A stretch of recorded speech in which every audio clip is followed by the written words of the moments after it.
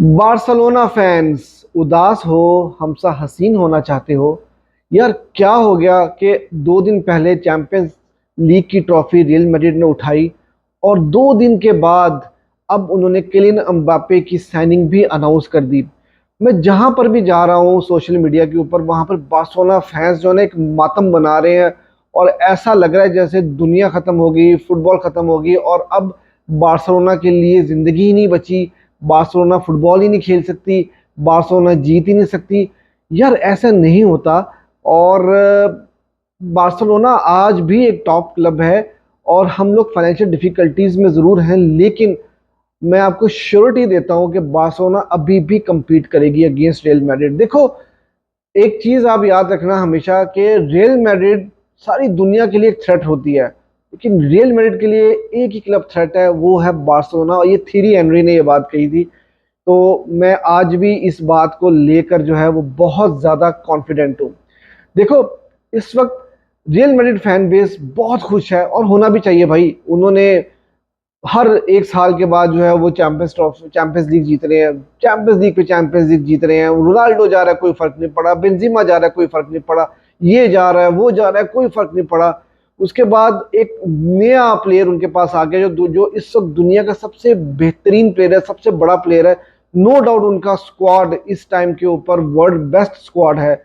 लेकिन यार क्या ये गारंटीड है कि किलियन एम्बाप्पे को साइन करने के बाद से रियल मैड्रिड जो है वो फिर से ट्रॉफी जीत जाएगी? नहीं यार, ऐसा नहीं होता। देखो, फुटबॉल के अंदर बैलेंस होना बहुत ज़्यादा ज़रूरी है।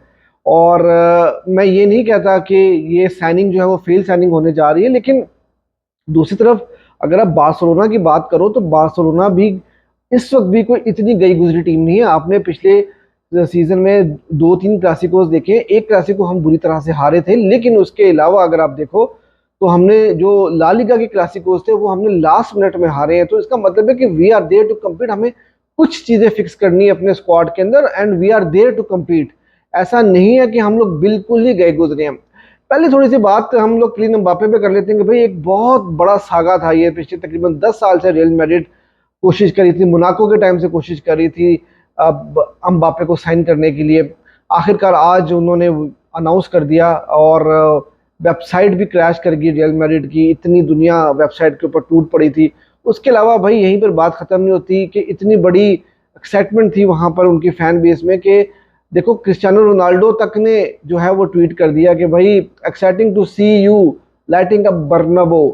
तो ये एक बहुत बड़ी बात है कि कितना बड़ा प्लेयर जो है वो ये कॉम्प्लीमेंट दे रहा है अम्बापे को। तो ये सब चीजें अपनी जगह पर हैं, लेकिन इसका ये मतलब नहीं है कि यार बार्सिलोना जो है वो खत्म हो चुकी है। देखो, थोड़ी सी हिस्ट्री में आपको बताता हूँ। ग्लैक्टिको का जो टाइम था वहां पर क्या नहीं था रियल मैड्रिड के पास? जिदान था उनके पास R9 था, उनके पास डेविड बैकम था, माइकल ओवेन था, वैन निस्टेलरॉय था, राउल था, पता नहीं कौन कौन, रोबर्टो कार्लोस, कौन कौन उनके पास था। लेकिन उस टाइम पे हमारे पास कौन था? एक रोनाल्डिनियो, जो कि नहीं पकड़ा जाता था। उस टाइम के ऊपर बार्सिलोना ने चैंपियंस लीग जीती थी और वो ग्लैटिको की जो टीम थी रियल मैड्रिड की, वो चैंपियंस लीग नहीं जीत पाई थी।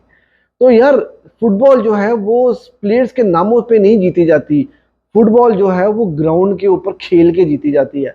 तो ये चीज हमेशा आपको याद रखनी चाहिए। और आपका स्क्वाड कितना बैलेंस स्क्वाड है, ये बहुत इंपॉर्टेंट है। देखो, इस टाइम के ऊपर अगर आप रियल मैड्रिड ने जो अभी अचीव किया पिछले पूरे सीजन में, उसको अगर आप उठाकर देखो ना, तो बहुत ही बैलेंस स्क्वाड था उनके पास। कोई ईगो नहीं थी, लड़ने मरने के लिए तैयार था हर लड़का उनका। और अब जब क्लीन एम्बाप्पे आएगा ना तो एक ईगो जरूर आएगी। ठीक है, विनी जूनियर ने भी ट्वीट किया एम्बाप्पे की साइनिंग जो है वो अनाउंस करने से पहले। इसका मतलब है कि they are all very excited in dressing room. लेकिन किलियन एम्बाप्पे भी जो है ना वो कोई इतना आसान ईगो नहीं है उसकी भाई। वो उसकी ईगो बहुत बड़ी ईगो है। और आपको याद होगा कि अभी मेसी, नेमार और एम्बाप्पे के कॉम्बिनेशन जब PSG में बना था तो हमने कहा था कि भाई दुनिया को उखाड़ के पिछाड़ के फारिग कर देंगे ये लोग। लेकिन कुछ नहीं हुआ वहां पर। वहां पर टीम का बैलेंस नहीं था, वहां पर मेसी को पास नहीं मिलता था। मेसी, नेमार अपना लगे रहते थे, उधर हकीमी और एम्बाप्पे अपना लगे रहते थे। तो यहाँ पर बहुत सारी चीजें डिफरेंट तरीके के साथ होने लगी हैं। और एम्बाप्पे खेलेगा कहाँ भाई? लेफ्ट विंग पे खेलेगा, स्ट्राइकर नंबर 9 खेलेगा, नंबर 10 खेलेगा, कहाँ खेलेगा? It's not easy. जब विनी जूनियर सारी हाइप लेके जा रहा होगा तो वहां पर अम्बापे को प्रॉब्लम्स होंगी।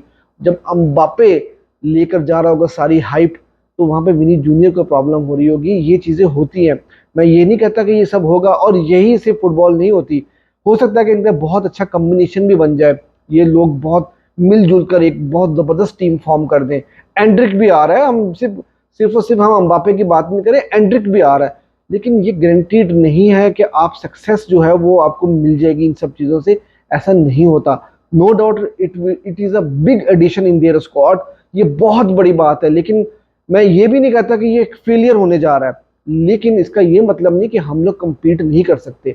देखो, हमें फाइन ट्यूनिंग की जरूरत है। हमारा कोच जो इस टाइम के ऊपर हैंसी फ्लिक है, आई थिंक वो चावी से उसकी मैन मैनेजमेंट बहुत ही ज़्यादा बेहतर होगी। उसको पता है कि प्लेयर्स को किस तरह से यूटिलाइज करना है, किस तरह से उनका बेस्ट निकालना है। और बार्सिलोना अगर सिर्फ 2 साइनिंग्स कर देती है ना, सिर्फ 2 साइनिंग्स अगर अच्छी कर लेती है, एक आप सीडीएम अच्छा साइन कर लेते हो और एक लेफ्ट विंगर अच्छा साइन कर लेते हो, so you are there to compete. भाई आपके पास क्या नहीं है, आपके पास बेस्ट यंग टैलेंट है।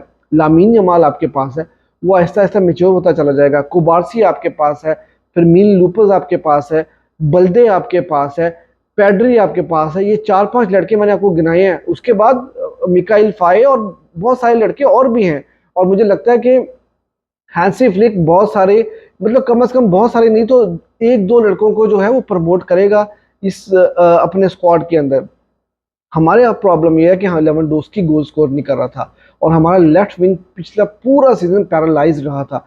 अगर हम लेफ्ट विंग के ऊपर, जो कि आज की न्यूज़ है कि निको विलियम जो है वो उसको चूज कर लिया गया है, उसके कैंप के साथ बात कर ली गई कि भाई आपको हम लोग साइन करने जा रहे हैं। अगर निको विलियम्स आ जाता है, दूसरी तरफ आपके पास लामीन यमाल आ जाता है, तो भाई आपके पास बेस्ट कॉम्बिनेशन है। You can fight with against any team. आप रियल मैड्रिड को भी नाको चने चबा लोगे जब आपके दोनों विंगर्स जो हैं वो स्पीडी होंगे, दोनों 1-on-1 सिचुएशन में बहुत अच्छे होंगे, तो एक दफा रियल मैड्रिड को भी लग पता जाएगा। उसके बाद आपका प्रॉब्लम था, आपके पास सीडीएम कोई नहीं था। आप डबल पिवट में अगर आप फ्रैंकी डियोंग खिला रहे हो, अगर आप किमिच खिला रहे हो, साथ में पैड्री और गुंडोगन आपके पास होंगे, तो भाई you do have a best midfield in the world. तो भाई इतना आसान नहीं है किसी भी टीम के लिए, और आपका डिफेंस ऑलरेडी बहुत अच्छा है। सिर्फ उसको ऑर्गेनाइज करने की जरूरत है, जैसा चावी ने अपने पहले फुल सीजन में किया था, जहां पर हमने सिर्फ 20-21 गोल कंसीड किए थे पूरे सीजन में, और हम लोगों ने 10 पॉइंट्स के साथ वो लीग जीती थी उस जमाने में।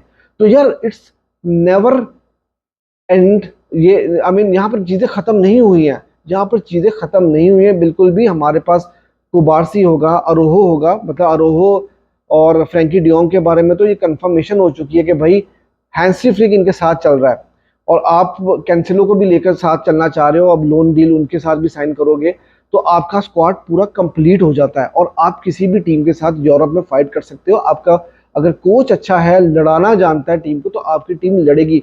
आपको मेंटली टीम को स्ट्रॉन्ग करना है, आपकी physicality strong obviously Hansi flick के अंडर होगी। और उसके बाद हैंसी फ्लिक को पता है कि उसको टीम किस तरह से खिलानी है। देखो, मैंने अभी आपको रोनाल्डिनियो की एग्जांपल दी, और रोनाल्डिनियो जो था मेरा भाई, वो उसने एक अकेले रोनाल्डिनियो ने गैलेक्टिको को सबको उड़ा के रख दिया था।